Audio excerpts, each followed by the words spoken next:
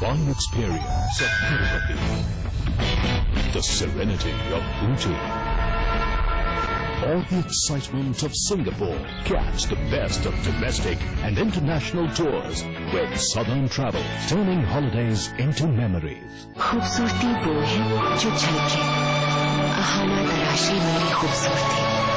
World class designer diamond jewelry from Ahana. CNBC TV18 and IRB Infrastructure Developers present Budget 2012 Budget Agenda. Presented by IRB Infrastructure Developers Limited. Associate sponsor Supertech, yours for life, and Trustline, investment ideas simplified.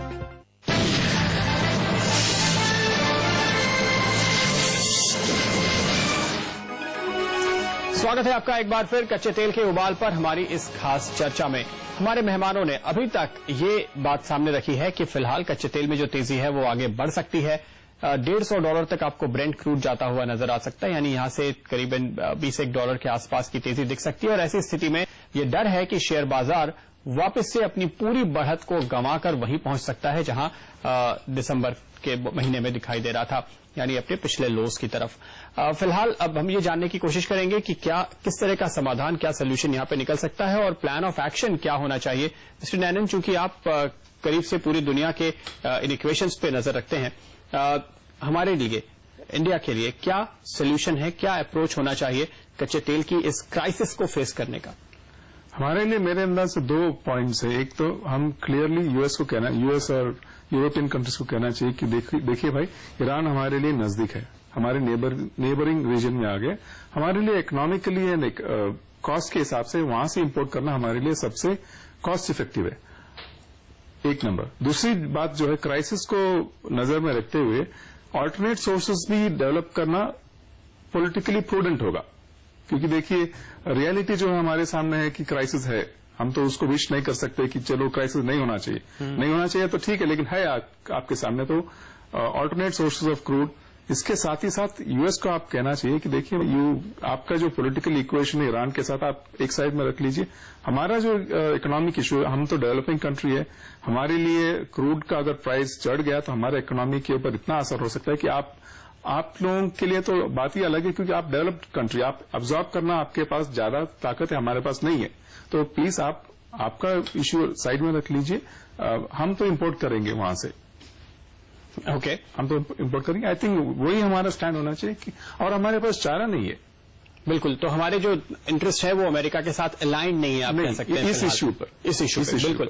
तो शायद दुनिया की politics का खामियाजा हमें भुगतना पड़ रहा है और उन देशों पे कोई असर नहीं है जो वाकई में इस पे इन्वॉल्व हैं, जो एग्रेसिवली अमेरिका या यूरोप पार्टिसिपेट कर रहे हैं ईरान के खिलाफ इस पूरी मुहिम में। डॉक्टर जोशी, लेकिन कच्चा तेल एक कमोडिटी है, बहुत इंपॉर्टेंट कमोडिटी है, ये बात सही है, लेकिन क्या हमारे देश की इकोनॉमी और हमारे सरकार का पूरा बजट, पूरा सरकार की बैलेंस शीट क्रूड प्राइस की बंधक बन चुके हैं? क्योंकि जब भी क्रूड में ऐसा स्पाइक आता है तो सारे समीकरण बिगड़ जाते हैं, फिर इकोनॉमी हो या शेयर बाजार हो। नहीं, उसका देखिए 2 कारण है। एक तो यह है कि हमारा क्रूड इंपोर्ट बिल बहुत ज्यादा है, तो ये करंट अकाउंट डेफिसिट जो अभी ऑलरेडी बढ़ा हुआ है उसको और प्रेशराइज करेगा अगर क्रूड प्राइसेस और ज्यादा बढ़ते हैं। दूसरी बात यह है जिसमें हमारी अपनी गलती है, वो ये है कि हमने क्रूड प्राइसेस का जो प्राइसिंग मैकेनिज्म है उसको वो हमारे यहाँ बिल्कुल गलत है। इसको कई रिपोर्ट्स इसके ऊपर आ चुकी हैं, कैसे एडमिनिस्ट्रेड प्राइसिंग रिजीम को डी एडमिनिस्टर करना चाहिए। हम उसको बॉटल अप करते रहते हैं। प्राइस जैसे डीजल में आप देख लीजिए, अभी डीजल के दाम कई महीनों से नहीं बढ़े हैं, जबकि बढ़ने चाहिए। उस वजह से वो बॉटल्ड अप है, और क्योंकि ग्लोबल क्रूड प्राइसेस बढ़ रहे हैं तो अब प्रेशर और ज्यादा पड़ेगा गवर्नमेंट पब्लिक फाइनेंसेस पे।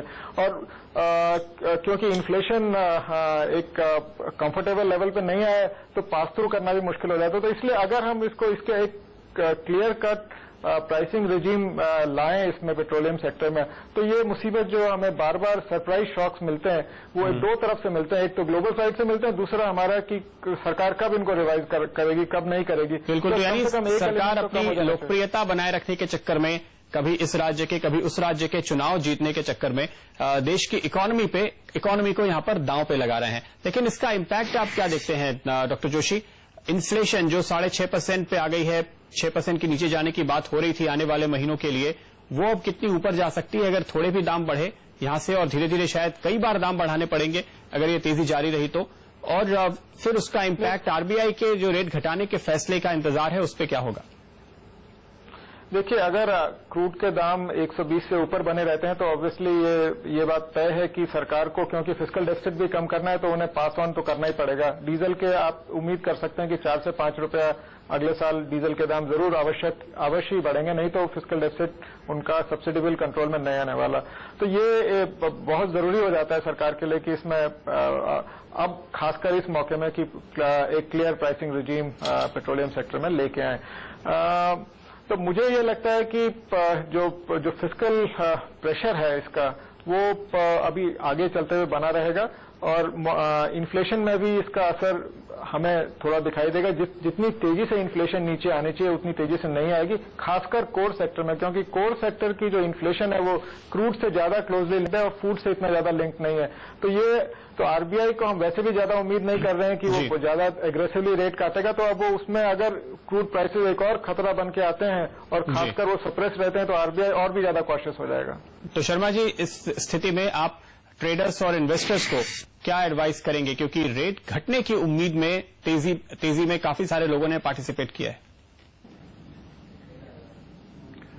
नहीं, देखिए, अगर क्रूड की प्राइसेस अभी जहां है वहां से $5 प्लस या माइनस रहती है और ज्यादा स्पाइक नहीं आता है तो मेरे ख्याल से ये रैली पंक्चर नहीं होगी और अभी जो करेक्शन चल रहा है वो एक करेक्शन ही माना जाएगा और वो करेक्शन यूजुअली जो है तेजी के मार्केट में भी 15 से लेकर 20% तक का करेक्शन जो है, यानी मैं कह रहा हूं कि जितना गेन हुआ है उसका 15 से 20% तक आसानी से जो है करेक्शन आ सकता है। लेकिन हाँ, अगर आप जैसा बता रहे थे या एक्सपर्ट बता रहे थे कि स्पाइक भी आ सकता है इनकेस की डिस्ट्रप्शन ज्यादा हो और अगर $150 तक ब्रेंट पहुंच जाता है तो डेफिनेटली हमारे मार्केट के लिए भी चिंता का विषय है और उस केस में करेक्शन बड़ा हो सकता है। ये करेक्शन फिर जो है आपको 66% या 100% भी जो है हो सकता है, यानी कि पुराने लेवल जो दिसंबर वाले हैं वही वापस आ सकते हैं या उसके आसपास भी आ सकते हैं। और क्रूड जो है डेफिनेटली बहुत ही क्रिटिकल है क्रूड की प्राइसेस हमारे लिए, और ये एक केस में ही नहीं हो सकता है अगर $150 भी आ जाए, लेकिन अगर गवर्नमेंट इसको पास ऑन कर दे पूरा का पूरा और अपने ऊपर बर्डन नहीं ले, ये जनता के ऊपर जाने दे,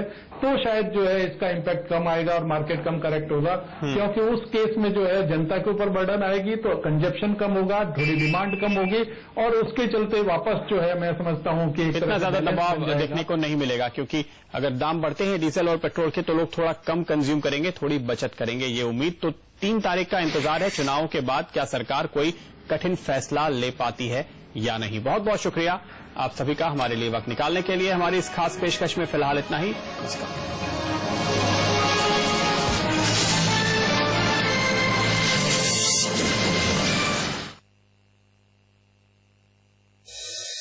देखो आया मेरा यार